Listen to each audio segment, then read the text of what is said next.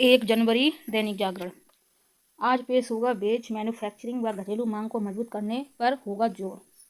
कुछ इस प्रकार से वित्त मंत्री निर्मला सीतारमण लोकसभा में सुबह 11 बजे पेश करेंगी अपना 9वां बजट। कितने नंबर का? 9वां नंबर का बजट। स्वतंत्र भारत के इतिहास में यह पहला मौका है जब बजट रविवार को पेश किया जाएगा। कौन से दिन? रविवार को। वर्तमान वैश्विक परिस्थितियों में राजस्व को बढ़ाने से लेकर निर्यात बढ़ाने की चुनौतियां भी हैं, सो यहाँ पर देख सकते हैं इन पर भी फोकस रहेगा। इंफ्रास्ट्रक्चर पर होने वाले खर्च में बढ़ोतरी जारी रहने की उम्मीद है। पूंजीगत व्यय में वृद्धि किए जाने की संभावना है। शहरी विकास के लिए स्थानीय निकाय को वित्तीय संसाधन जुटाने और आत्मनिर्भर होने के सुझाए जाएंगे। ये सब किफ़ायती आवास के निर्माण और उनकी खरीदारी को आसान बनाने के लिए भी घोषणा संभव है। शेयर बाजार आज आम दिनों की तरह होगा कारोबार। केंद्रीय बजट 2026-27 के मद्देनजर रविवार को 1 फरवरी को दोनों प्रमुख एक्सचेंज BSE और NSE में समान रूप से ट्रेडिंग होगी। आगे देखेंगे। वैश्विक चुनौतियों के बीच रविवार को पेश होने वाले आम बजट में सरकार का ध्यान मैन्युफैक्चरिंग और घरेलू मांग को बढ़ाने पर केंद्रित हो सकता है। अभी हुआ नहीं है। अभी 11 बजे बजट पेश किया जाएगा। नेक्स्ट, SIR से बाहर हुए घुसपैठियों बाकी वो सरकार बनने के बाद निकाल देंगे साहब। बंगाल में हो रही घुसपैठ पूरे देश के लिए सुरक्षा का मुद्दा बना है। चिकन नेक किसी की बात की जादू नहीं, इसे कोई नहीं छू सकता। भाजपा की सरकार बनने पर 45 दिन में सीमा पर तारबंदी का काम पूरा होगा। कोलकाता के आनंदपुर में आग की घटना को तृणमूल कांग्रेस के भ्रष्टाचार का नतीजा। बंगाल में उत्तर 24 परगना जिले के बैरकपुर में शनिवार को एक सभा को संबोधित करते सुनेत्रा पवार बनी महाराष्ट्र की पहली महिला उप मुख्यमंत्री। देखते हैं डिप्टी CM की शपथ लेने से पहले सुनेत्रा पवार राज्यसभा की सदस्यता से दिया इस्तीफा। अजित पवार के अंतिम संस्कार के 48 घंटे के भीतर सुनेत्रा ने उनकी विरासत संभाली। सुनेत्रा को दिवंगत पति के पास रहा आबकारी विभाग आवंटित किया गया है। मुंबई में शनिवार को राकांपा की सुनेत्रा पवार महाराष्ट्र के उप मुख्यमंत्री पद की शपथ लेने के बाद रजिस्टर पर हस्ताक्षर करती हुई। नेक्स्ट, नवाचारों व शिल्पकारों को मंच प्रदान करता है सूरजकुंड मेला। उपराष्ट्रपति CP राधाकृष्णन ने कहा कि सूरजकुंड अंतर्राष्ट्रीय हस्तशिल्प मेला नवाचार से भरे मस्तिष्कों और हमारी संस्कृति पहचान को एक साझा मंच पर लाता है। यह आयोजन दशकों से भारत की सांस्कृतिक आत्मा और कलात्मक उत्कृष्टता का प्रतीक रहा है। पिछले 4 दशकों से ये हमारे कारीगरों, बुनकरों, मूर्तिकारों और लोक कलाकारों को वैश्विक पहचान दिला रहा है। उपराष्ट्रपति शनिवार को 39वें कौन से नंबर का 39वें सूरजकुंड अंतर्राष्ट्रीय आत्मनिर्भर शिल्प महोत्सव का हरियाणा प्रदेश के मुख्यमंत्री नायब सिंह सैनी, केंद्रीय राज्य मंत्री कृष्णपाल गुर्जर और पर्यटन मंत्री डॉक्टर अरविंद शर्मा, ये सब लोग मिलकर यहाँ पर शुभारंभ किया है। उपराष्ट्रपति ने कहा कि यह उत्सव वसुधैव कुटुंबकम के भारतीय दर्शन को साकार करता है। इस वर्ष का मेला आत्मनिर्भर भारत पर केंद्रित है।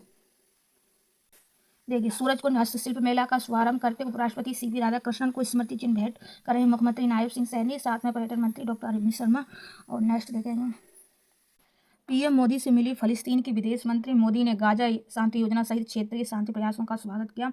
ये हैं वो। भारत ने फिलिस्तीन को $17 करोड़ की विकास सहायता प्रदान की है। अब तक कितने? 17 करोड़ रुपए। और यहाँ पर देख सकते हैं शनिवार को प्रधानमंत्री नरेंद्र मोदी से मुलाकात करती फिलिस्तीन की विदेश मंत्री बरसैन अदाविकियन शाहीन।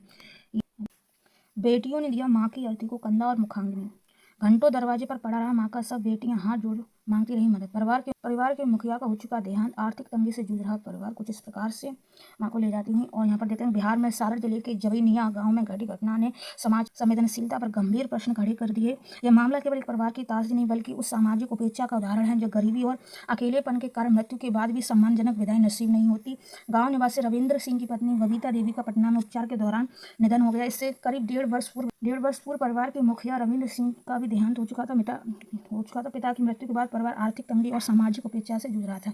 इसी तरह उस समय क्रियाक्रम की रस्में पूरी की गई, लेकिन मां के उपचार में परिवार की बची कुछ ही पूंजी भी समाप्त हो गई। बबीता देवी के निधन के बाद अंतिम संस्कार के दौरान जो स्थिति सामने आई, उसने गांव की सामूहिक जिम्मेदारियों पर सवालिया निशान लगा दिए। सब घंटों घर के दरवाजे पर पड़ा रहा, लेकिन कंधा देने के लिए ना रिश्तेदार पहुंचे और ना ही गांव के लोग आगे आए। दोनों बेटियां गांव की गलियों में दर दर भटकती रही, हाथ जोड़कर मदद की गुहार लगाती रही। ठीक है, और बाकी यहाँ देखेंगे। लेकिन कोई सामने नहीं आया। शुक्रवार को काफ़ी देर बाद 2-3 लोगों के पहुंचने पर किसी तरह अंतिम संस्कार संभव हो सका। कुछ इस प्रकार से आत्मसम्मान गिरवी रख विदेश से मांगी कर्ज की भीख। शहबाज शरीफ। देखिए, आंकड़ों में पाकिस्तान की दुर्दशा। 76,000 अरब रुपए पार हुआ पाकिस्तान पर दुनिया का कर्ज। 45% आबादी गरीबी की रेखा के नीचे। 7% से ऊपर पाकिस्तान में बेरोजगारी दर। 80 लाख से ज़्यादा लोगों के पास काम नहीं है। $60 अरब निवेश चीन का पाकिस्तान में। मदर ऑफ ऑल डील से पाकिस्तान में हड़कंप। व्यापार समझौते से यूरोप में पाकिस्तान की व्यापारिक बढ़त को तबाह कर सकता है भारत। पाकिस्तान यूरोप में 6.2 अरब डॉलर तो भारत 5.6 अरब डॉलर का करता है निर्यात।